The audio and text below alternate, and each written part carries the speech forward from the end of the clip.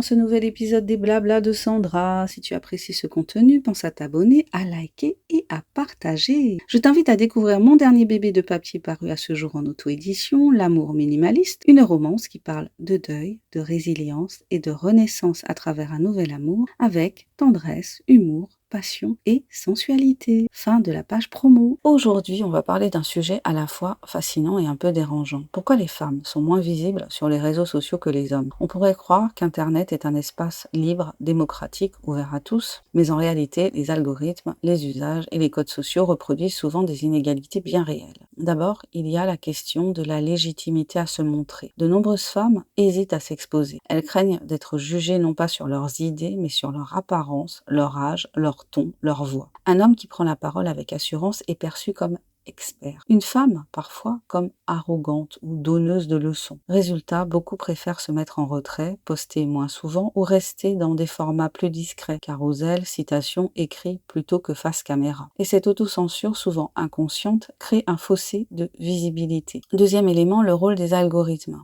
Les algorithmes ne sont pas neutres. Ils favorisent les contenus qui génèrent des réactions fortes, likes, partages, commentaires. Or, les femmes subissent plus de critiques, de harcèlement ou de remarques sexistes quand elles se montrent. Donc, elles se protègent et leurs publications deviennent plus lisses, moins virales. En parallèle, les profils masculins qui osent être clivants, affirmer leur opinion ou afficher leur réussite sont souvent davantage mis en avant. Les plateformes amplifient ce qui attire l'attention, même quand cela renforce des biais. Troisièmement, les modèles et la confiance. Autre facteur, le manque de modèles visibles. Quand on ne voit pas beaucoup de femmes prendre la parole librement, on intériorise l'idée qu'il faut rester prudent. À l'inverse, les hommes sont socialement encouragés à prendre la place, à occuper le terrain. Et la visibilité, c'est aussi une question d'habitude. Plus on poste, plus on s'améliore. Plus on ose. Mais pour oser, il faut un environnement bienveillant et ce n'est pas toujours le cas. Conclusion. Alors que faire? Eh bien, encourager les femmes à occuper l'espace numérique, à parler de leurs projets, à se montrer telles qu'elles sont, soutenir, commenter, partager leur contenu et surtout déconstruire l'idée que la visibilité serait une forme de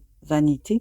Être visible, c'est exister, inspirer, créer du lien. Alors si tu m'écoutes aujourd'hui, pose-toi cette question. Et si la prochaine publication que je partageais aidait une femme à oser se montrer? Merci d'avoir écouté cet épisode des Blabla de Sandra. Si tu as aimé cette réflexion, n'hésite pas à partager ce podcast et à me dire quel est ton point de vue sur la question. Je te dis à très bientôt pour un nouvel épisode des Blabla de Sandra. Allez, abonne-toi, commente si tu l'oses, like et partage. Et pense à découvrir mon dernier bébé de papier paru à ce jour, L'amour minimaliste, une romance qui parle de deuil, de résilience et de renaissance à travers un nouvel amour avec tendresse, humour, passion et sensualité.